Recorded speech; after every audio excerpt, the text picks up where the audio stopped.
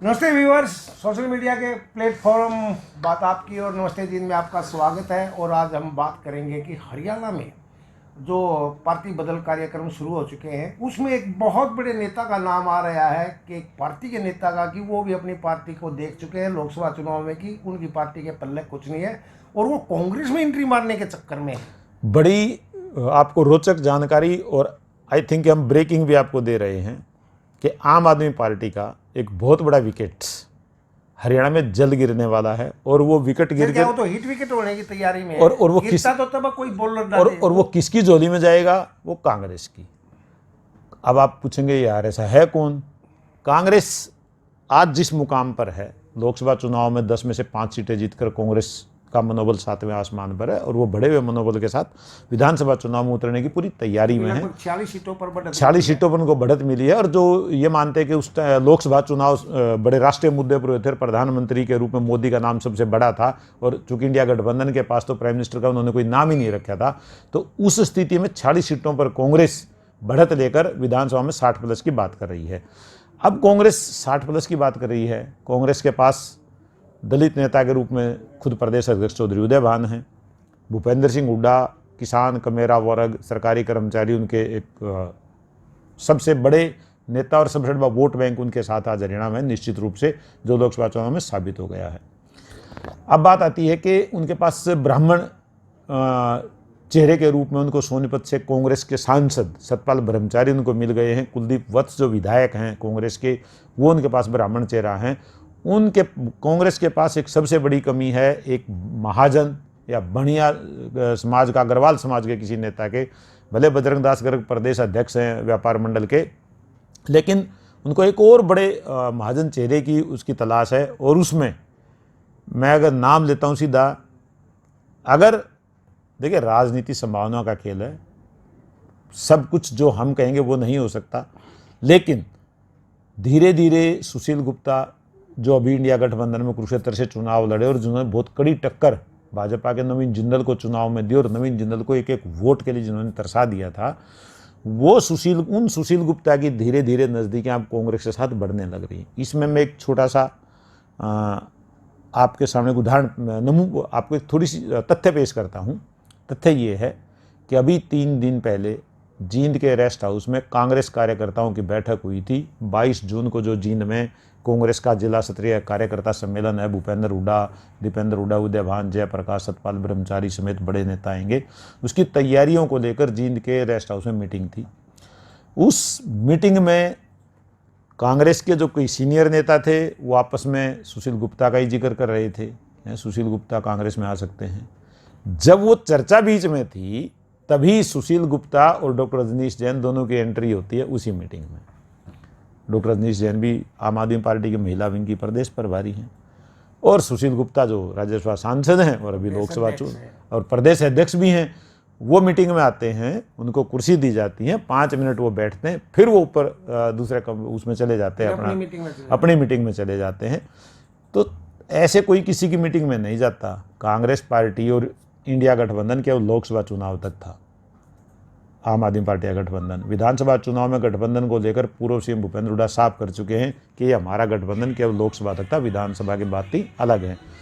तो अब कांग्रेस को एक अग्रवाल महाजन समुदाय के बड़े चेहरे की तलाश है और उसी जो खालीपन है उसी को भरने की अगर सुशील गुप्ता आते हैं तो ये उनको भरने का एक प्रयास नहीं होगा। अगर वो आएंगे सुशील गुप्ता, ये तो है नहीं कि भी चलो मैं आ गया, उसके बाद वो कोई शर्त समझौता या कोई कहीं से टिकट मांगने के लिए भी तो आएंगे निश्चित रूप से। विधानसभा से तो टिकट कहाँ से लेंगे? है तो वो शामलो गाँव के। सुशील गुप्ता जुलाना विधानसभा क्षेत्र के श्यामलो कला गांव से हैं, दिल्ली में वो रहते हैं और बहुत दिनों से चर्चा थी, जो आम आदमी पार्टी में भी उनके नाम की चर्चा जींद से विधानसभा चुनाव लड़ने की रहती थी।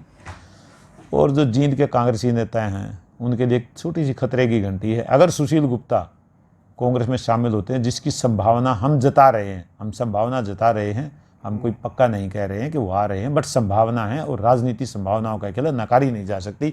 वो आते हैं तो फिर कांग्रेस के कई बड़े नेताओं के मायूसी हाथ लगेगी टिकट के मामले में, क्योंकि सुशील गुप्ता का आम आदमी पार्टी में इतना बड़ा पद छोड़ कर आएंगे तो निश्चित रूप से विधानसभा चुनाव लड़ने की चाहत उनकी भी है, क्योंकि लोकसभा हार चुके हैं, वो लोकसभा में चले जाते फिर तो कोई दिक्कत नहीं थी। लेकिन अब उनको भी एक विधानसभा सीट चाहिए और वो विधानसभा सीट उनके लिए जींद के अलावा और कोई दूसरी सीट है नहीं। देखिए चलते चलते किरण तो गई, अब दो के और हैं जो कह रहे हैं कि वो भाजपा में जा सकते हैं, करण और कुलदीप। उनके बारे में भी मीडिया में भी छप रहा है, बिल्कुल छप रहा है न्यूज़पेपरों में कि दो के में एक नाम करण दलाल का है, एक कुलदीप शर्मा का है जी। करण दलाल खासे नाराज हुए थे जब लोकसभा चुनाव में फरीदाबाद से उनको टिकट मनाकर महेंद्र प्रताप सिंह को टिकट दी गई थी। वो पूर्व सीएम भूपेंद्र सिंह हुड्डा के सीधे रिश्तेदार हैं और करण दलाल ने नाराजगी बाद में ख़त्म करने के बहाना किया था कि मैं उनकी मदद कर रहा हूँ। महेंद्र प्रताप सिंह की मदद उन्होंने की नहीं थी। अब करण दलाल को ये कौन समझाए कि आप विकास पार्टी में नहीं हो, जो जुगाड़ था गठबंधन में थे, आप कांग्रेस पार्टी में हो। यहाँ से अगर आप जाते हो भारतीय जनता पार्टी में अगर आप जाते हो दलाल साहब, तो मेरी एक सलाह है, एक बार फिर अपने फैसले पर पुनर्विचार कर लीजिए। जिस समुद्र में चौधरी बीरेंद्र सिंह जैसा राजनीति का 40 साल की राजनीति का खिलाड़ी नहीं तैर पाया, तो दलाल साहब आप तो नौसिखिया भी नहीं हो राजनीति के। कम से कम आप अपने ना फैसले पर दोबारा विचार कीजिए। एक और आपने के का नाम दिया कुलदीप शर्मा। कुलदीप शर्मा के पिता चिरंजीव लाल 4 बार करनाल से सांसद रहे। वो अपने पिता के नाम पर राजनीति करते रहे हैं और कुलदीप शर्मा अगर उनके अंदर, वैसे तो राजनीतिक लोगों से ना वफादारी की उम्मीद नहीं की जाती राजनीति में, लोग प्यार में बेवफाई कहते हैं, मैं कहता हूँ राजनीति में से ज़्यादा बेवफाई होती है। कुलदीप शर्मा को जब कोई भी नहीं पूछता था तब भूपेंद्र सिंह हुड्डा ने उनका हाथ पकड़कर उठाया था, जबकि पूरा करनाल जिला जहां से उनके पिता 4 बार सांसद रहे ये कहता था कि कुलदीप शर्मा राजनीति के लायक नहीं, आप इसको छोड़ दीजिए। उनके कारण अरविंद शर्मा कांग्रेस से गए, कुलदीप शर्मा के कारण, क्योंकि भूपेंद्र सिंह हुड्डा की दोस्ती कुलदीप शर्मा के साथ है। अगर कुलदीप शर्मा कांग्रेस छोड़कर बीजेपी में जाते हैं तो वो अपने पैरों पर तो कुल्हाड़ी मारेंगे, आगे से राजनीतिक लोग किसी पर भरोसा नहीं करेंगे।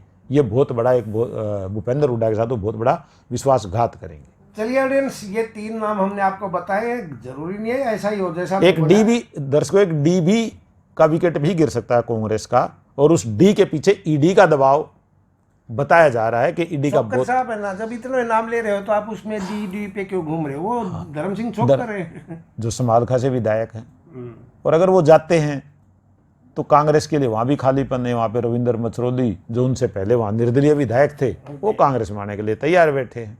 चलिए ऑडियंस, ये कुछ नेताओं के नाम लिए हैं जो उथल पुथल हो सकती है, ना भी हो, लेकिन चर्चाएं हैं और चर्चाओं पे संभावना, हम चर्चा और संभावनाओं की बात करें, हम कोई भविष्यवाणी या कोई लिखकर वो नहीं दे रहे हैं।